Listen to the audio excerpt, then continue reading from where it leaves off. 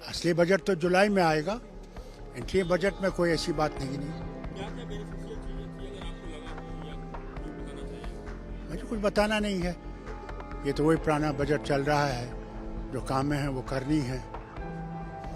ठीक है, चल रहा है। रोजगार के अवसर बढ़ेंगे और बहुत सारे हम उम्मीद करते हैं कि लोगों को फ़ायदा हो।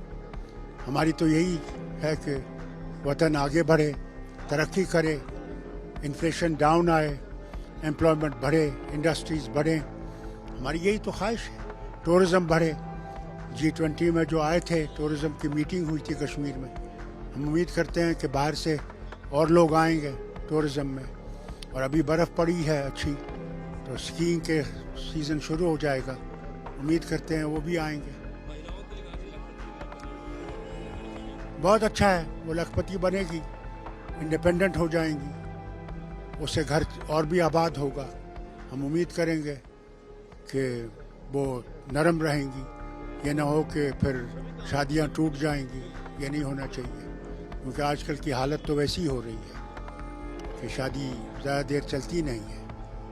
उसकी तरफ भी हमें ध्यान देना चाहिए कि कैसे घर चलें, घर आबाद रहें, शादियां आबाद रहें। ये ज़रूरी है। बजट में कुछ नहीं होने वाला।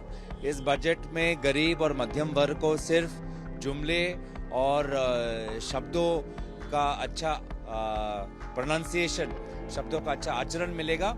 और जो भी अगर कुछ है सब्सटेंटिव, अगर कुछ ठोस है इस बजट में, तो सारे सबसे बड़े जो उद्योगपति जो मोदी जी के करीब हैं, जो नए उद्योग में निवेश करना चाहते हैं, उनके लिए इस बजट में कुछ मिलेगा। और वही इस बजट में हमने देखा। ये भी कहा गया है कि चुनाव में जो बजट पेश करेंगे उसमें जय विकसित भारत की और तस्वीर आपको नजर आएगी। देखिए, मुझे लगता है इसी में सरकार की अहंकार दिखती है। निर्वाचन हुआ नहीं है और ये अपने आप को विजेता घोषित कर रहे हैं। जनता जनार्दन है और कोई भी राजनीतिक दल भारत के जनता से अपने आप को बड़ा नहीं समझना चाहिए। नामी बजट नहीं, मैं तो कहती हूँ एक तरीके से थोड़ी मुझे इसमें एरोगेंस नजर आ रही थी कि हम जुलाई में हम बजट पेश, या तो आपकी कोई प्लानिंग है जो देशवासियों को नहीं पता, क्योंकि हर एक इलेक्शन में जो भी यहाँ पहुँचता है, पहली चीज़ आपको ये पता है, you can not take any election for granted, क्योंकि इलेक्शन के रिजल्ट लोग क्या समझते हैं वो लोग ही जानते हैं। और आज की डेट में आप पहले से ही इतनी एरोगेंटली आप अनाउंस कर रहे हैं कि सही बजट हम जुलाई में करेंगे, तो पता नहीं आपने क्या प्लानिंग करी है और ये आपके पास ये ओवर कॉन्फिडेंस क्यों है, ये आप ही जानते हैं।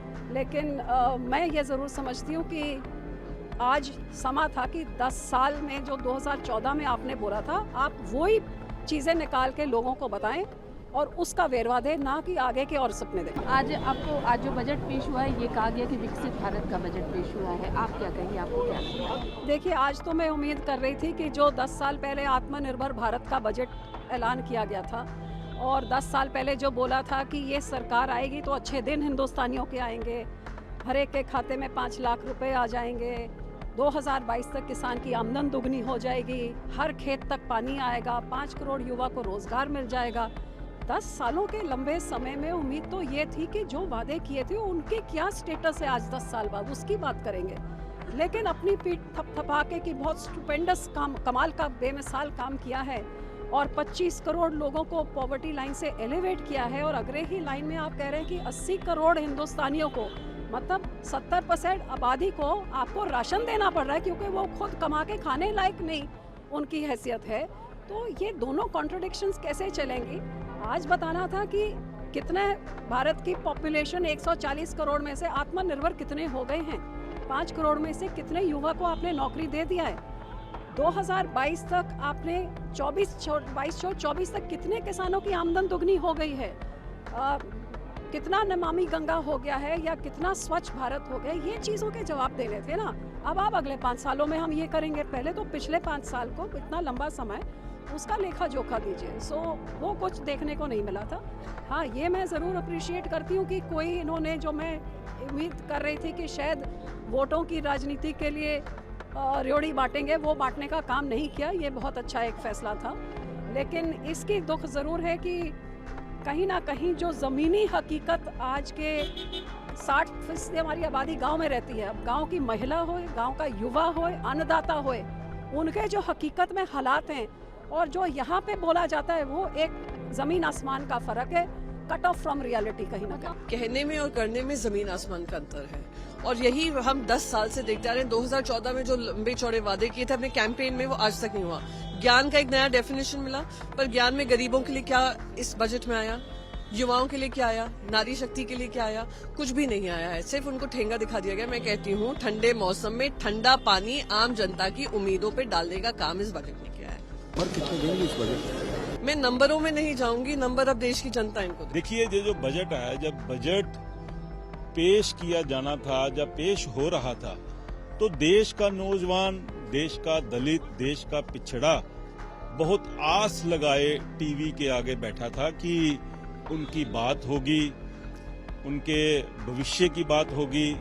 इस बजट में कोई किसी तरह का आंकड़ा नहीं दिया गया कि कितने देश के नौजवानों को नौकरियां दी गई हैं, कितने नौजवानों को नौकरियां दी जाएंगी, दलितों के लिए, पिछड़ों के लिए कौन सी स्कीमें इसमें हम लेके आ रहे हैं। किसी तरह का भी ब्यौरा इसमें नहीं दिया गया।